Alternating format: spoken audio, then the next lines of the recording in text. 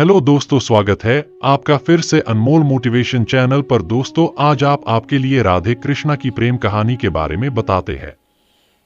मैंने देखा है कि हिंदू परंपराओं में दिव्य जोड़ों की कई कहानियां हैं। ऐसे देवता जो प्रेम के आदर्श को मूर्त रूप देते हैं और जिनकी कहानियों में अक्सर हमें से बाकी लोगों के लिए सबक होते हैं। एक जोड़ा जिसने सदियों से हिंदू भक्तों की कल्पना को विशेष रूप से आकर्षित किया है, वह है राधा और कृष्ण। कृष्ण कौन है? राधा और कृष्ण की कहानी सबसे पहले भागवत पुराण में मिलती है, जिसे विद्वानों ने 5वीं और 10वीं शताब्दी के बीच का ग्रंथ बताया है। उनकी कहानी को संस्कृत भक्ति कविता गीत गोविंद में और विस्तार से बताया गया है, जिसे जयदेव ने लिखा था, जो 12वीं शताब्दी में पूर्वी भारत में रहते थे। कृष्ण एक बेहद लोकप्रिय और प्रिय हिंदू देवता है, जिन्हें आप जिस भी पाठ्य परंपरा में पढ़ते हैं, उसके आधार पर या तो भगवान विष्णु के अवतार या अवतार के रूप में या स्वयं सर्वोच्च व्यक्ति के रूप में माना जाता है। हिंदू मान्यता के अनुसार विष्णु ब्रह्मांड की व्यवस्था को बनाए रखते हैं, अक्सर कुछ गलत को सही करने और दुनिया को सही रास्ते पर वापस लाने के लिए सांसारिक रूप धारण करके, जब अराजकता इसे घेरने का खतरा पैदा करती है। वार्तालाप किस प्रकार भिन्न है, हम अति सरलीकरण किए बिना समझाते हैं। कृष्ण की जीवन गाथा रोमांच से भरपूर है, रोमांच के साथ साथ त्रासदी से भी भरी हुई है। जब कृष्ण का जन्म होता है तो उनके दुष्ट मामा कंस नामक राजा उस रात पैदा होने वाले राज्य के सभी नर बच्चों को मारने का आदेश देता है, ठीक उसी तरह जैसे न्यू टेस्टामेंट में राजा हेरोद ने किया था। यह एक भविष्यवाणी के कारण था कि उन बच्चों में से एक उसके शासन को समाप्त कर देगा। हालांकि कृष्ण के माता पिता को इस आसन्न आपदा के बारे में चेतावनी दी जाती है और बच्चे को सुरक्षित स्थान पर ले जाया जाता है। इसलिए कृष्ण, जो राजघराने में जन्मे थे, का लालन पालन बहुत ही साधारण तरीके से हुआ। वे वृंदावन के देहाती इलाके के ग्वालों और गोपियों के बीच पले बढ़े। कृष्ण के किशोरावस्था के किस्से खास तौर पर उनके भक्तों को बहुत प्रिय है।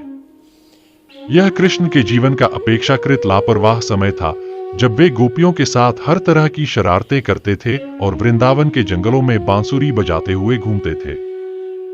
सभी गोपियां कृष्ण से प्रेम करने लगीं और वे भी उनसे, लेकिन जिस गोपिका से उन्हें सबसे ज्यादा प्यार हुआ, उसका नाम राधा था।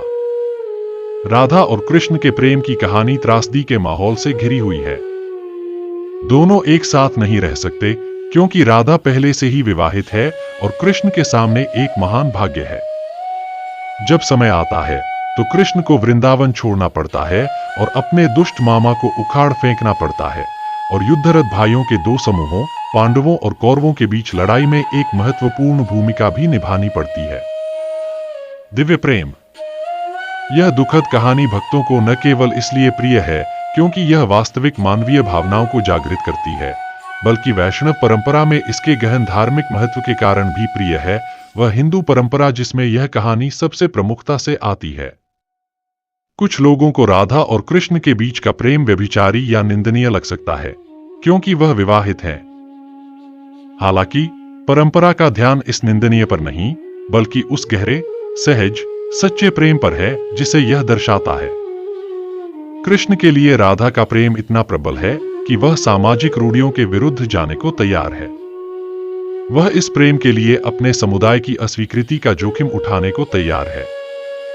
और वैष्णव धर्मशास्त्र के अनुसार भगवान के लिए व्यक्तियों का प्रेम ऐसा ही होना चाहिए। भगवान के लिए सच्चा प्रेम, जिसे भक्ति या भक्ति कहा जाता है, जंगली उन्मुक्तता से युक्त होना चाहिए। यह सहज और मुक्त होना चाहिए।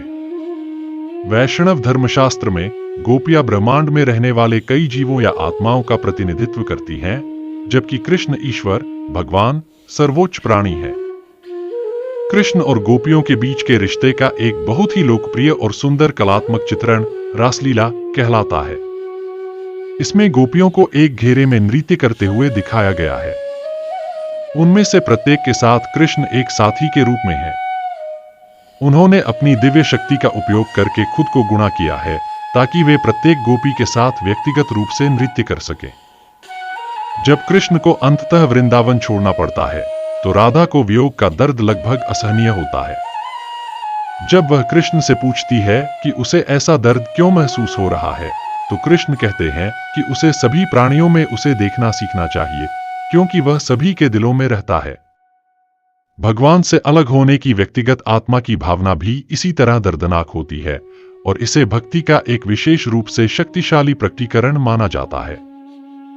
लेकिन सभी प्राणियों और एक दूसरे में भगवान को देखकर उस अलगाव को दूर किया जा सकता है।